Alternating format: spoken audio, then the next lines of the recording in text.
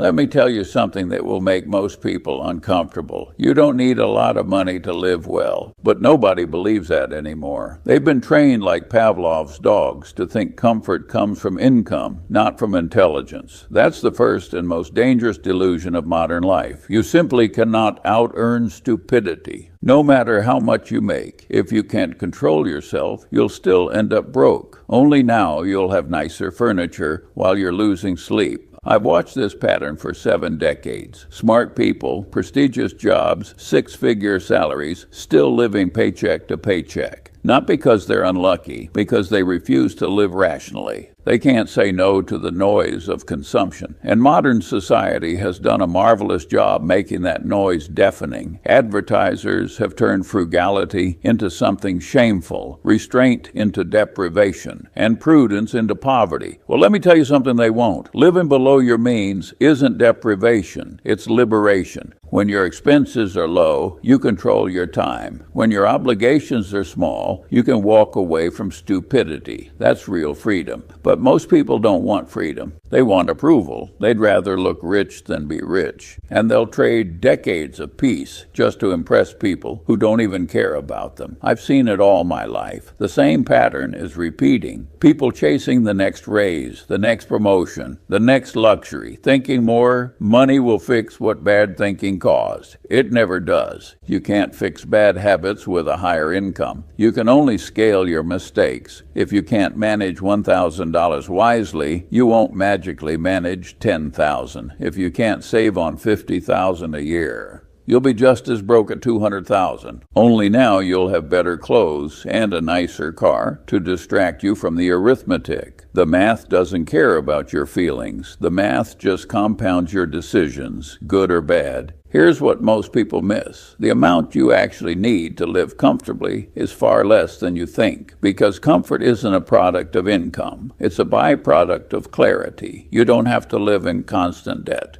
You don't have to buy things you don't even remember wanting. You don't need to impress anyone. You just need to stop acting like you're immune to arithmetic. Warren and I built Berkshire on simple principles. Spend less than you earn. Invest the rest. Repeat for a long time. That's all wealth ever was. But simple doesn't mean easy because it requires discipline. And discipline isn't fashionable. The world sells excitement, not prudence. You'll never see an advertisement saying buy nothing and stay solvent. There's no profit in teaching you to think clearly. That's why you have to train yourself. Value peace over pleasure, clarity over clutter, control over convenience. If you want a comfortable life, start by keeping your bills low. Because once your bills rise, your freedom falls. Every subscription, every loan, every unnecessary expense is another chain around your neck. If you can't sleep well unless your paycheck arrives on Friday, you're not living freely.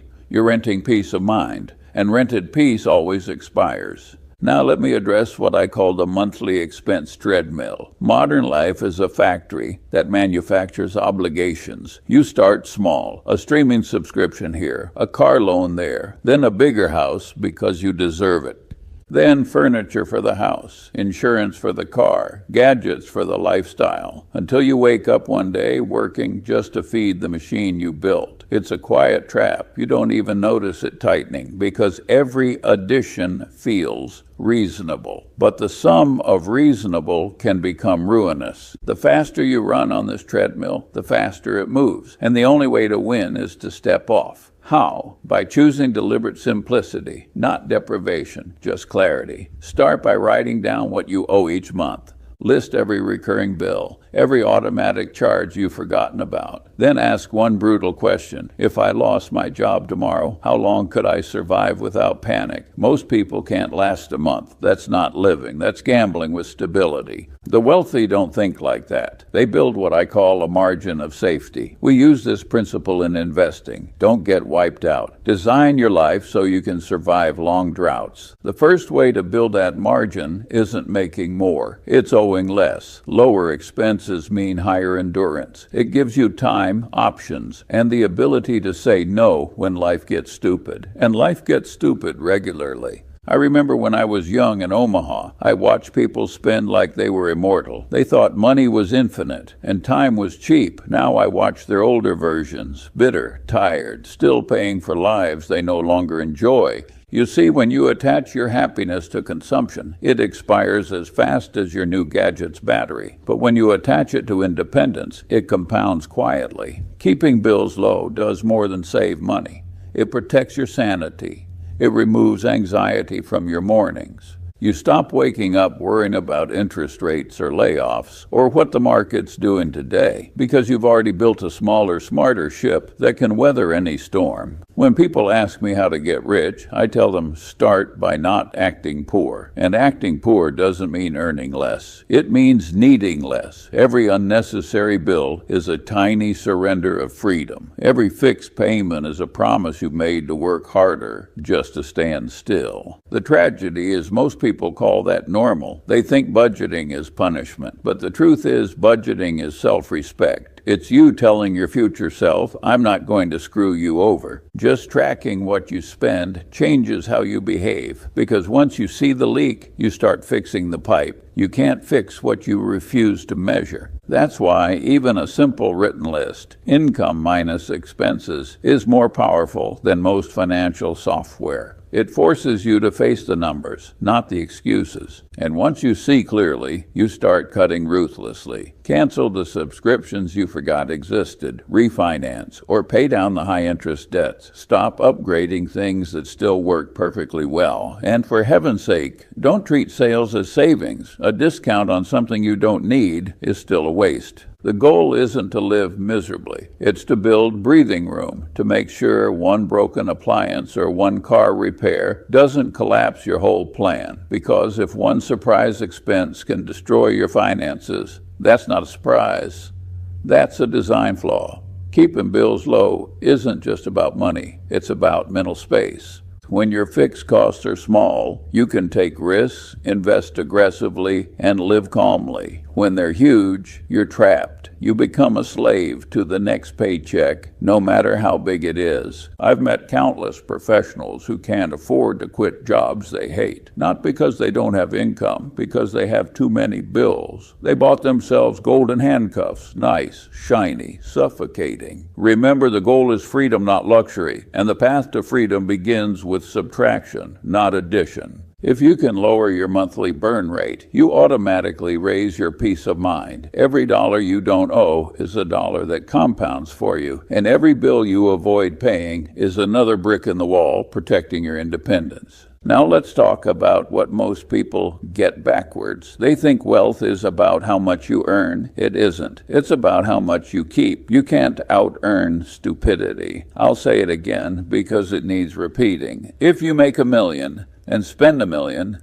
you're not rich. You're just temporarily solvent. That's why the smartest people I know live below their means, not at or above them. When I was young, I saw a strange pattern. The janitor who saved 10 cents out of every dollar retired with peace. The lawyer who spent 11 cents out of every dollar retired with regret. What matters is the gap between what comes in and what goes out. That gap is your freedom. That's your margin of safety for life. It's what allows you to invest, to think clearly, to walk away from stupidity when you see it coming. If your lifestyle expands every time your income rises, you're just running faster on the same treadmill. People call it upgrading their life. I call it upgrading their anxiety. The truth is harsh, but it needs saying. You will never have enough if you can't be satisfied with enough. Every dollar you overspend buys a temporary high and a permanent obligation. You become addicted to a standard of living that doesn't belong to you.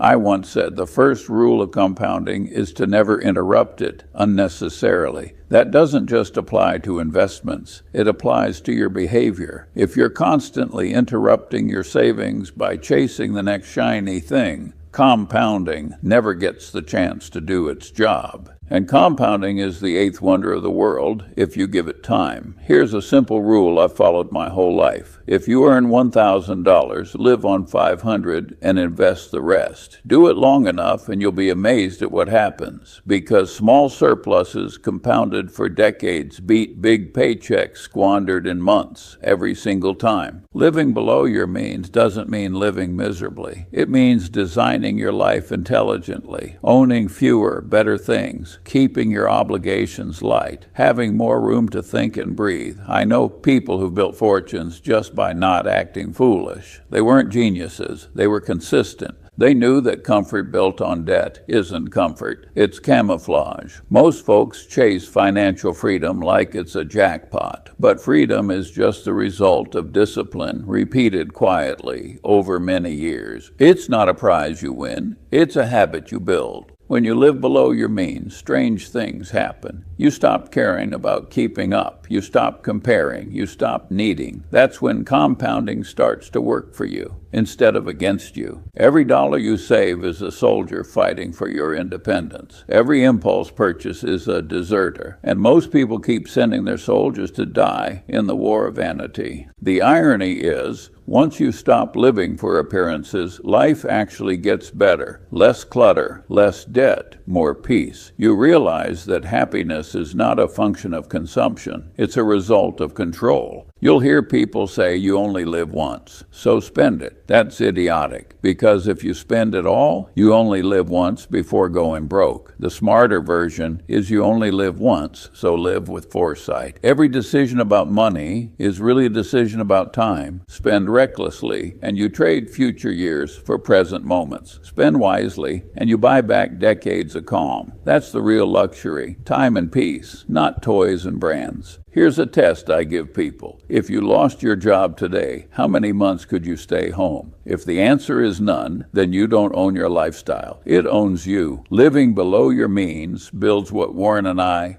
call optionality.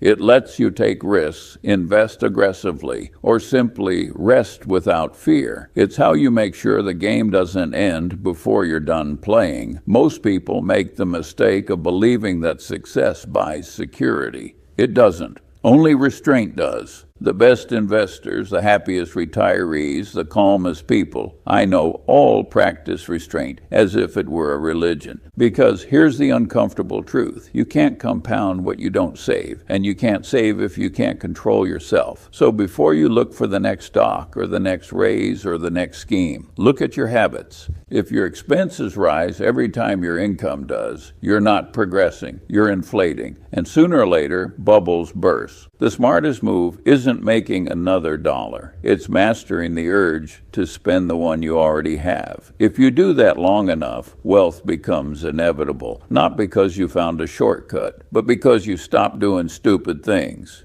Now here's something most people fail to understand about unexpected money. Bonuses, tax refunds, overtime pay, inheritance. That's the moment most people fail the intelligence test. They call it extra money, as if it's free. So they spend it like it's free. And in a few weeks, it's gone, and they can't even remember what it bought. Let me be clear. How you handle unexpected money tells me everything about your financial maturity. If you waste it, you're impulsive. If you plan it, you're building a future. When you get a little more than usual, don't rush to treat yourself. Pause, think, ask a simple question. What will this dollar do for me a year from now? If the answer is nothing, you're about to commit a small financial crime against yourself. You don't have to be a genius to get rich. You just have to stop acting like an idiot when you get lucky. I've watched people turn small windfalls into lifelong leverage. They didn't celebrate with a vacation or a new car. They paid off debt. They built an emergency fund. They bought assets that quietly worked while they slept. Meanwhile, others blew the same money on shiny distractions and then wondered why life never got easier. Luck is wasted on the undisciplined. Every dollar you treat with purpose compounds. Every dollar you spend carelessly disappears and teaches you nothing. That's why I always tell young people, when extra money shows up, act like it won't come again, because often it won't.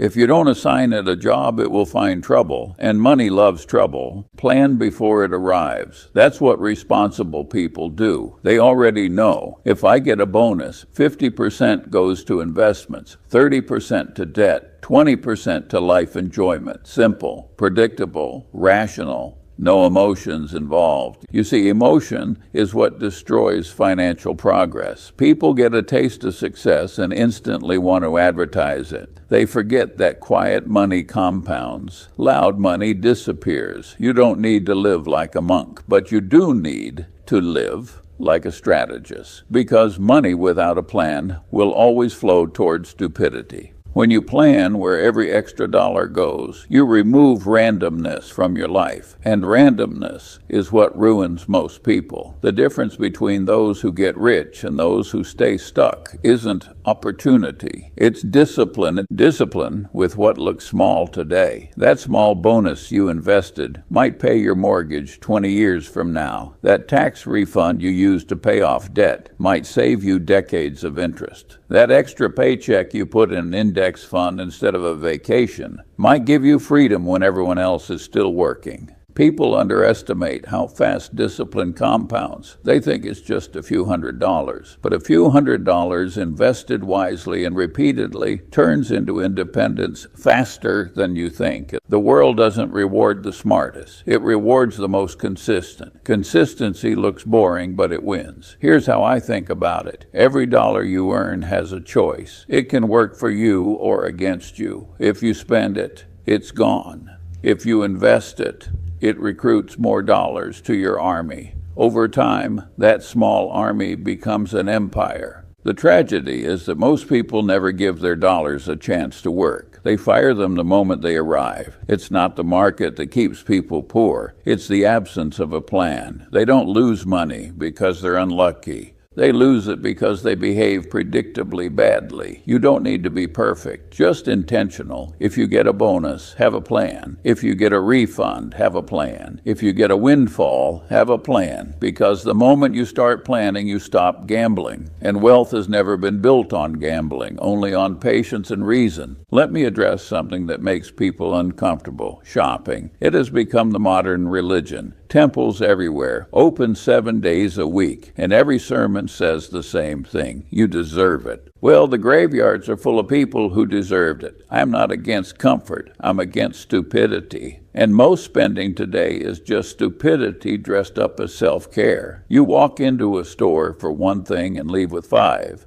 You open an app just to browse, and somehow you bought another gadget you'll forget in a week.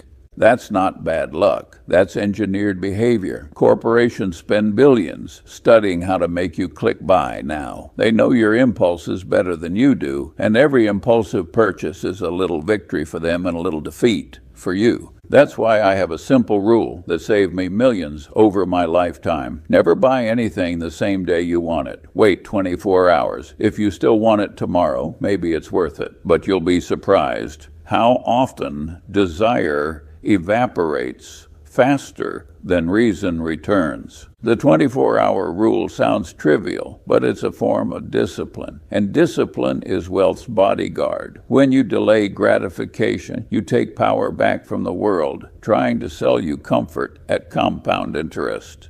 Because make no mistake, debt is comfort's hangover. Most entertainment works the same way. It's marketed as reward. You've worked hard, so now you deserve to escape. But escape costs money, and escape repeated often enough becomes dependency. I've seen people spend half their income on fun, concerts, dinners, events, weekends that vanish faster than the receipts fade. They confuse stimulation with satisfaction. You can enjoy yourself without bankrupting yourself. You just have to ask, is this pleasure or is this compensation? Most people don't want joy. They want distraction from a life they don't control. When you fix the foundation, when you're not drowning in bills, when you're investing wisely, you don't need as much entertainment. Your life itself becomes peaceful enough that you're not desperate for escape. There's nothing wrong with enjoying life, but enjoyment without boundaries becomes erosion. So set limits. If you love dining out, plan it once a week. guilt-free, fully enjoyed, but not every night out of boredom or habit. The trick isn't to remove pleasure, it's to give it context. Pleasure should be spice, not the main dish. And remember, not all entertainment is created equal. Some feeds you, some empties you. A good book costs $10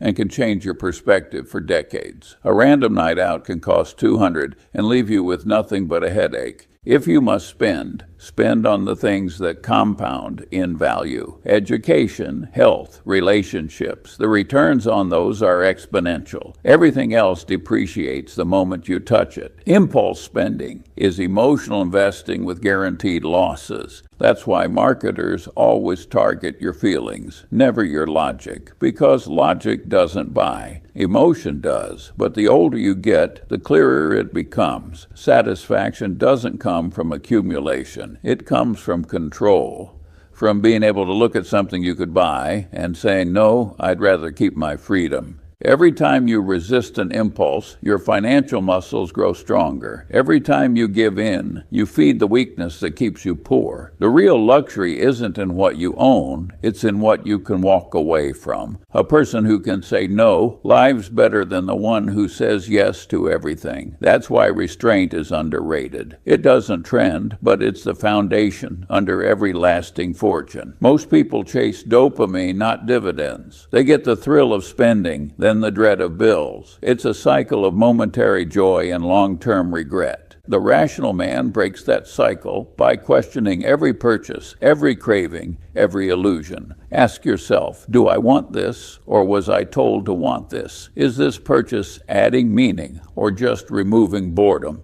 The honest answers will save you a fortune. If you practice this long enough, you'll notice something strange. You start enjoying what you already have. You realize you didn't need more. You just needed perspective.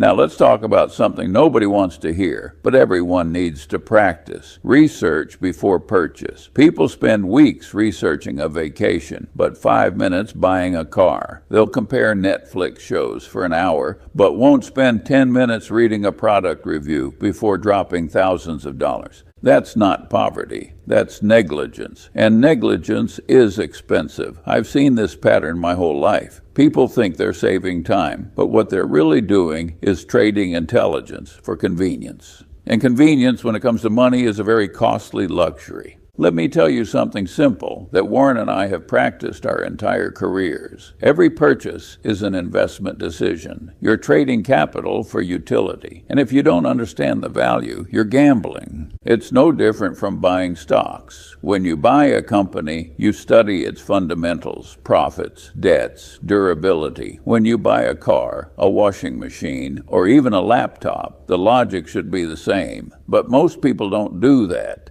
They just pick what's shiny and hope for the best. Hope in finance or in shopping is a terrible strategy. When you fail to research, you pay for ignorance twice, once with money and again with regret, because ignorance always compounds faster than interest. Here's the thing, products aren't equal. 2 washing machines might look identical, but one lasts 10 years and the other breaks in 3. Buy the cheap one twice and congratulations. You've paid more for less. That's not saving money. That's prepaying for stupidity. Research turns spending into strategy. It converts impulse into intelligence. It forces you to slow down long enough to ask, what am I really buying? A lot of people hate that question. They don't want to think. They want to consume. But thinking is what protects you from traps designed for the impulsive. And in case you haven't noticed, the world is full of traps. They call them limited time offers. Act now. Only 2 left in stock. All designed to disable your brain. Because your brain, if you use it, ruins their business model. If you want to live intelligently, make thinking a reflex.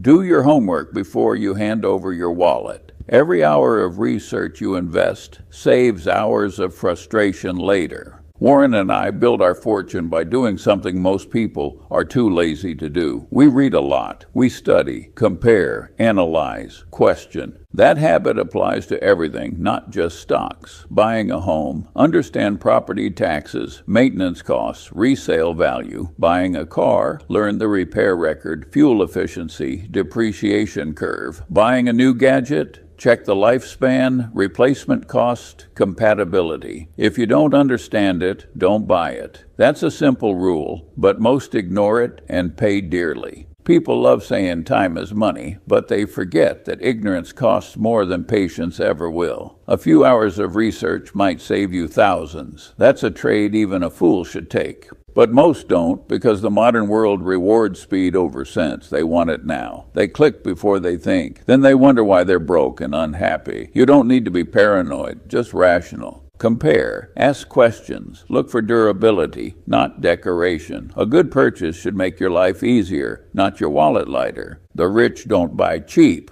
They buy smart. They pay for value, not for trends. That's why their things last longer, because their thinking does. When you treat every dollar as an investment, your brain starts working differently. You stop saying, "Can I afford this?" and start asking, "Is this worth it?" That single question will save you more money than any discount ever could. The irony is, research doesn't just save money. It builds character. It trains patience, discipline, skepticism, the same traits that build wealth. You can't be reckless with little money and expect to be wise with large sums. Habits compound just like capital. So before you buy anything, big or small, do the boring work. Learn, compare, verify. Don't let marketing think for you, because if someone else is doing your thinking, they're also doing your spending. The market preys on laziness. Your best defense is diligence. A person who reads the fine print will always beat the one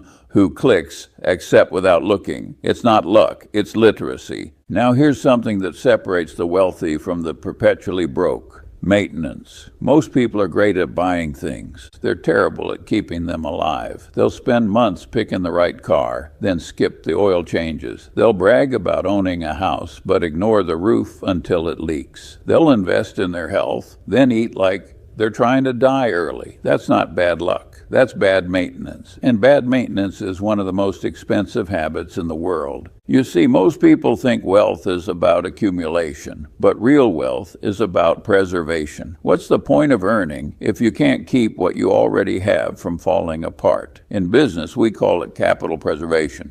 In life, it's called common sense. A well-maintained machine lasts decades. A neglected one dies early and takes your wallet with it. It's the same with your body, your home, your relationships, and your mind. Everything deteriorates if you don't give it attention. Entropy is nature's favorite hobby. Let me put it this way. Preventive care is cheaper than repair in every area of life. People ignore their cars until they break, their roofs until they leak, their teeth until they ache, their finances until they collapse. Then they panic and call it an emergency. It's not an emergency. It's negligence coming due. I learned early on that small maintenance costs compound positively. A $50 oil change prevents a $5,000 engine failure.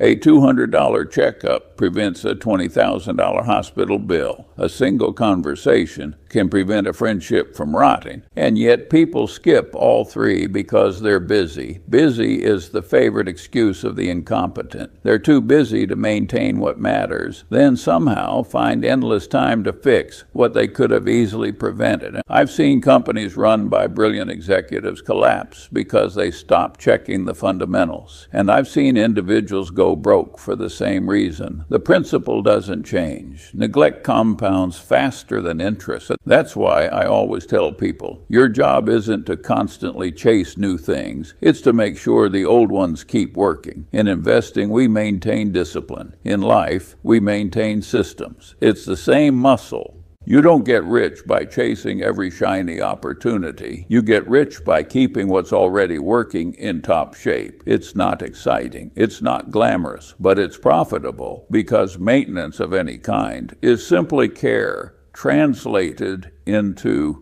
time, and the market always rewards care. Let's take your home. Most people treat it like a museum. They admire it, but don't manage it. A leaky faucet turns into mold. Mold turns into renovation. Renovation turns into debt. Had they just spent an afternoon fixing the faucet, they'd still have their savings and their sanity. Or take your body. It's the only machine you'll ever own that can't be replaced. But people treat it worse than their cars. They refuel with junk, skip maintenance, and act surprised when it fails. They say health is wealth, but they forget that wealth without health is a museum exhibit. Nice to look at, useless to live with. Even your mind needs maintenance. Read, reflect, relearn. Otherwise, it rusts. And rusted thinking costs more than any broken appliance ever could. And don't forget your reputation. That's another asset that requires regular care. One bad decision can destroy decades of credibility. Reputation, like machinery, must be oiled by consistency and protected from corrosion by stupidity. Maintenance in every sense is an act of humility. It's admitting that things decay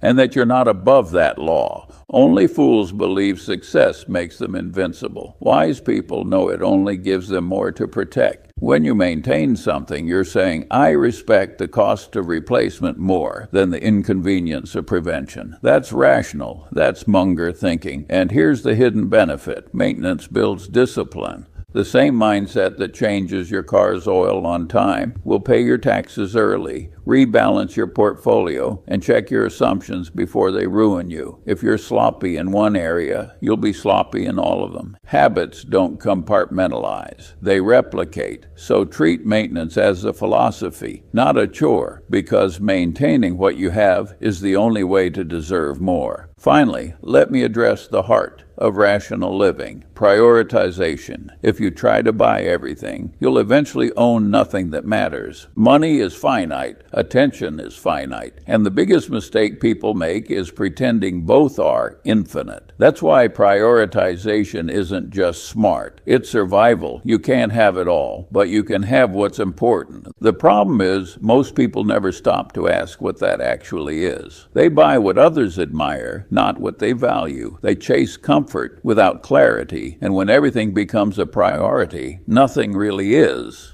I've seen millionaires and paupers make the same mistake, confusing spending with living. They think buying more things fills the emptiness of not knowing what truly matters, but it doesn't. It only amplifies the noise. Let me tell you a secret most won't like. A comfortable life isn't built by adding, it's built by subtracting. Subtract the unnecessary, subtract the envy, subtract the noise. What remains? That's where your peace and purpose live. You don't need to cut joy out of your life. You just need to rank it. There's a difference between what's nice and what's necessary, between pleasure and priority. Sit down and write it out. 5 things that truly improve your life, not the things you think you should have, the things that when you have them make you calmer, wiser, and freer. That's your compass. Everything else is a distraction. For one person, it might be family dinners. For another, solitude. For someone else, books, travel, or health. The list doesn't matter. The clarity does. Because once you know your top 5, every financial decision gets easier. You stop asking, can I afford this? And start asking, does this deserve space in my life? When you prioritize, you reclaim control. You stop living reactively. You stop buying things out of boredom or insecurity. You start spending like an investor, allocating capital toward happiness that compounds. Yes, happiness can compound. If you spend on things that actually matter, their returns multiply over time. A good education compounds, good health compounds, good relationships compound. The rest depreciates faster than your latest phone. So before spending, pause and ask, will this still matter to me in 5 years? If the answer is no, it's probably a waste. This kind of thinking may sound cold, but it's not. It's clarity, and clarity is the foundation of peace. Even rich people need to prioritize. In fact, they need it more because options multiply confusion. The poor man wastes because he has too little. The rich man wastes because he has too much. In both cases, the disease is the same: lack of focus. If you can learn to prioritize on a small income, you'll be invincible when you have more, because money doesn't change your behavior. It amplifies it. If you're reckless when you're broke, you'll be catastrophic when you're rich. And that's why learning to live on less is a form of training. You're teaching yourself to think, to choose, to differentiate. That's real intelligence. Not IQ, but judgment. When you spend deliberately, you also start appreciating deliberately. Gratitude grows where chaos used to be. You stop needing constant novelty to feel alive. You start valuing the quiet satisfaction of having enough. Enough is a beautiful word. It's the dividing line between wealth and misery. You cross it the moment you realize more isn't better. Better is better. I've met plenty of people with less money than me, but I've met very few with less worry. That's because money doesn't eliminate worry. Discipline does. A low-income life lived intelligently is more peaceful than a high-income life lived stupidly. It's clearer, saner, freer. You don't wake up panicking about payments or layoffs. You wake up knowing you're in control because you've chosen simplicity over spectacle. Spend on what's valuable to you, not what signals value to others. If you enjoy a good meal, budget for it. If you love books, buy them. If you crave experiences, plan them, but do it consciously, not because an ad told you what happiness should look like. This is the paradox of money. The less you need, the richer you become, because real wealth is freedom from need. The people who master money aren't those chasing more. They're the ones who learn when to stop. So if you want to live well on a low income, don't think smaller. Think clearer. Ask yourself every day, what do I truly value? What can I live without? And what will I still care about when the noise fades? Answer those honestly, and you'll never feel poor again, because the richest man in the world isn't the one with the most. It's the one who can say with complete calm, I already have enough. That's freedom, that's wealth, that's the rational life, and it's available to anyone brave enough to think for themselves.